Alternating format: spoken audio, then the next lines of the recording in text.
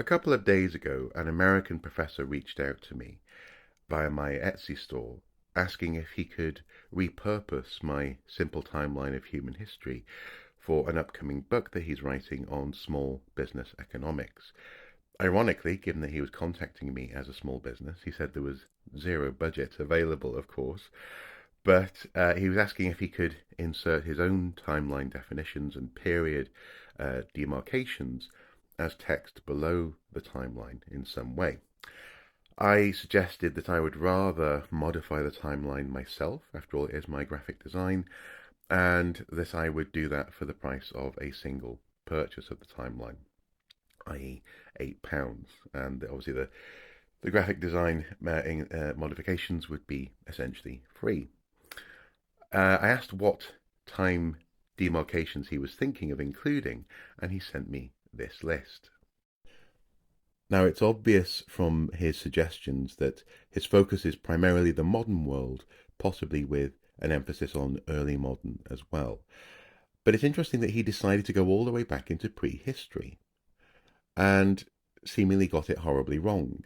Now, on the one hand, it's quite good having a definition for early and later prehistory. I can understand the logic behind that.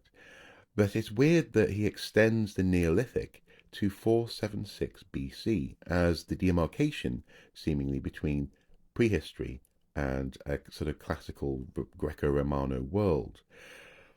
This is odd, not least in the realm of economics, because it completely ignores the development of the Bronze Age and the Iron Age, the rise of individual power as defined by the materialism, essentially, of bronze, the creation of that alloy, the Bronze Age crash, the Iron Age coming along after that, with its explicit development of coinage, in fact, in Europe, not least propagated through the Iron Age by the influence of the Roman Empire.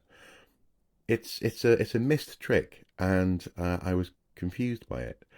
I was also confused by the double dating of what was called the classical era, 800 BC to 500 AD, the ancient Greece and ancient Rome known civilizations known as the Greco-Roman world, 476 BC to 500 AD. I have no idea what that means. And again, there's that number again, 476 BC. It's curious, and I did point this out to him. I suggested that he might want to clarify. He completely ignored my questions. He said that he wasn't offering a comprehensive timeline. Well, no shit. He's highlighting the periods that most influence family business thinking, and he skipped the Dark Ages. Well, phew, um, I responded, yeah, Dark Ages isn't really a thing anymore either. Tell you what, I'll send over a blank timeline. You can use it as you wish. No need to credit me. I think this interaction is tragic for a few reasons. First of all, a professor reaching out to someone who's designed a timeline, presumably because he saw value in it, dismissing the legitimate questions and consultation that designer was offering to make his work ultimately more comprehensive and better in publication.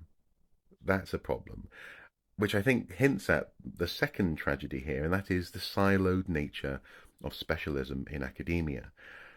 When I was doing my undergraduate degree, frankly, never spoke to an economist. I imagine it's quite rare for people who are doing postgrad and teaching to spend their time talking to economists as archaeologists. And I often wonder, but this really highlights how much information, how much cross pollination is utterly lost in that practice, in that demarcation, staying in your lane as an academic.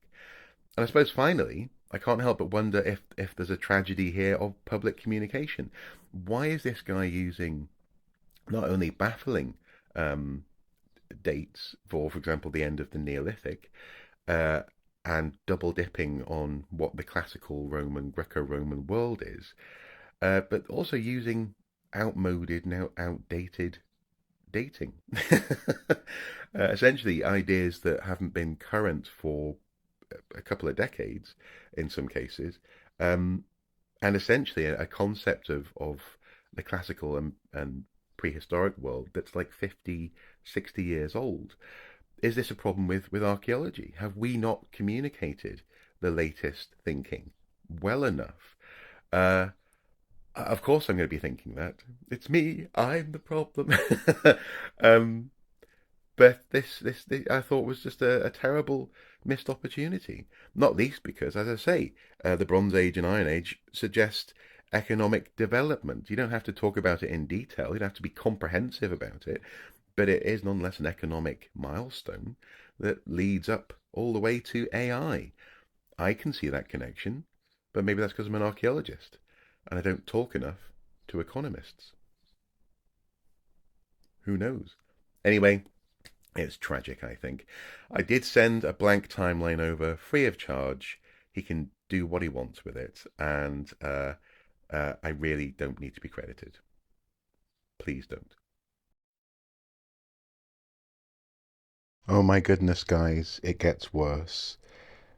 476 BC is really a bit of a nothing year in terms of massive epoch changing events.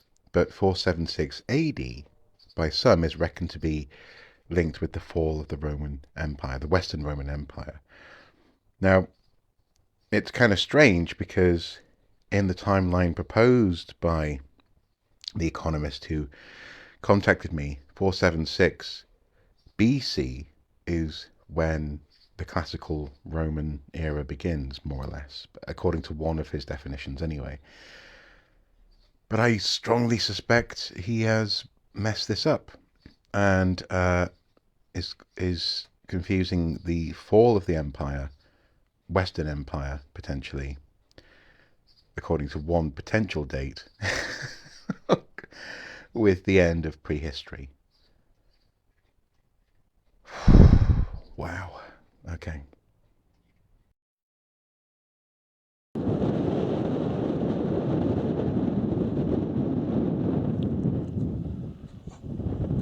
Well, just in case they blow off.